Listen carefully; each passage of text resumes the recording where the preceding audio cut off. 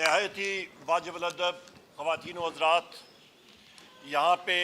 ہمارے نہایت ہی واجب الادب عالم دین علامہ راجہ ناصر عباس صاحب، میرے بھائی جناب صاحبزادہ حامد رضا صاحب، یہاں پہ بیٹھے ہوئے ہمارے ساتھی چیئرمین صاحب رؤوف صاحب، سارے ساتھیوں کو السلام علیکم۔ تفصیلاً چیئرمین پاکستان تحریک انصاف جناب بیرسٹر علی گور خان صاحب نے تفصیلاً آپ سے بات کر لی ہے۔ میں مختصر 2-3 اسپیکٹس پہ بات کروں گا اور مجھ سے بعد پھر علامہ صاحب بات کریں گے اور حامد رضا صاحب آپ سے مخاطب ہوں گے۔ خواتین و حضرات، ہم لوگ پاکستان میں کسی قسم کی فرقہ واریت یا اس طرح کی چیز نہیں چاہتے۔ ہم لوگ چاہتے ہیں یونٹی، کہ پوری قوم متحد ہو، بہتر طریقے سے چلے۔ اس کے ساتھ ساتھ آج جس طرح کے بیرسٹر گور علی خان صاحب نے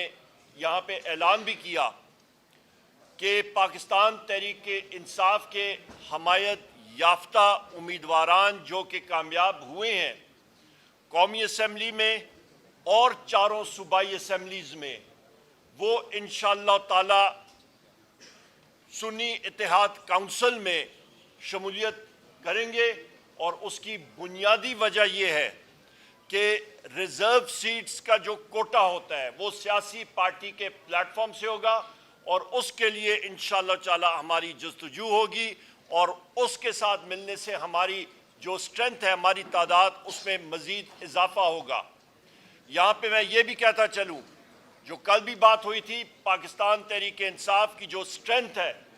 قومی اسمبلی کے اندر وہ 180 ہے، اور جو کہ پرسوں راولپنڈی کے کمشنر چٹھا صاحب نے، لیاقت چٹھا صاحب نے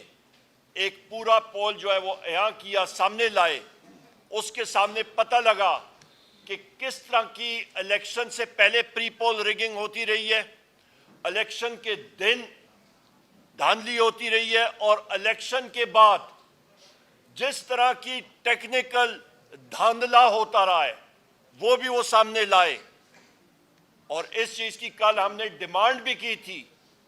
کہ ہمارے امیدواران ان کو فل فور جو فارم 45 ہے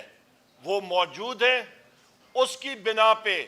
جو اصلی فارم 47 بننا چاہیے، اور ان کو ریٹرنڈ کینڈیڈیٹ ڈکلیئر کرنا چاہیے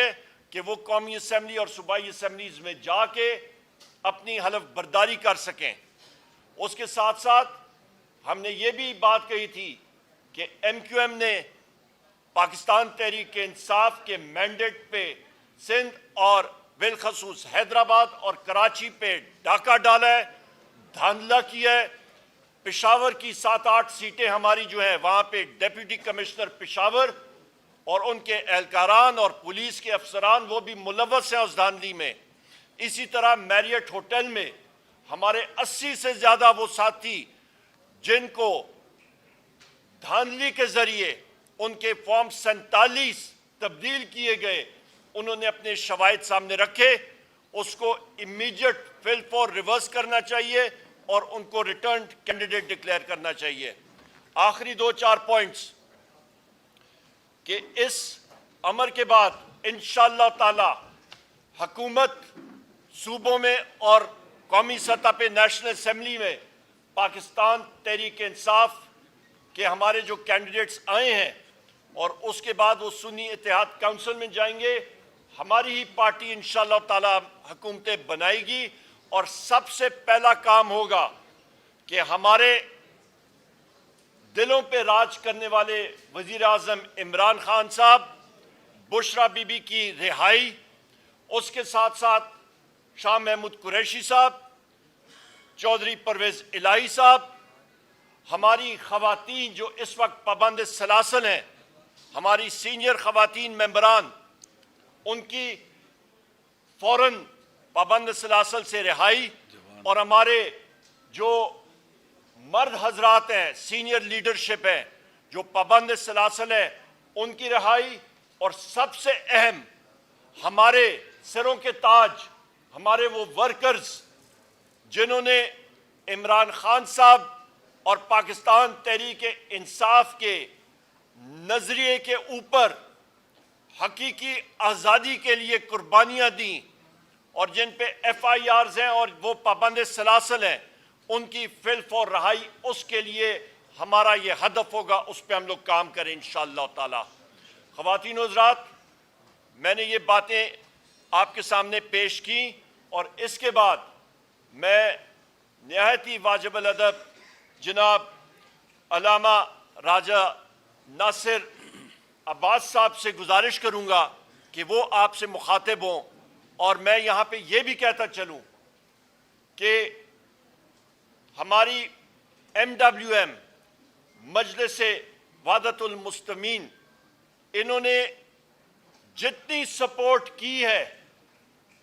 عمران خان صاحب کے لیے، پاکستان تحریک انصاف کے لیے، میرے پاس وہ شکریہ کے الفاظ نہیں ہیں۔ ہر جگہ پہ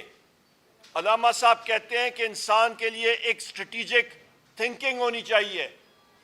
یہاں پہ میں علامہ صاحب آپ کا تہ دل سے پاکستان تحریک انصاف کے ہر ایک ورکر کی طرف سے آپ کا، آپ کی ٹیم کا تہ دل سے مشکور ہوں کہ جو آپ کی سوچ ہے پاکستان کے لیے، جو آپ کی سوچ ہے اسلام کے لیے، ہم لوگ آپ کا تہ دل سے شکر گزار ہیں کہ ہمیشہ آپ نے پی ٹی آئی کی اور عمران خان صاحب کی حمایت کی ہے۔ بہت بہت شکریہ جی۔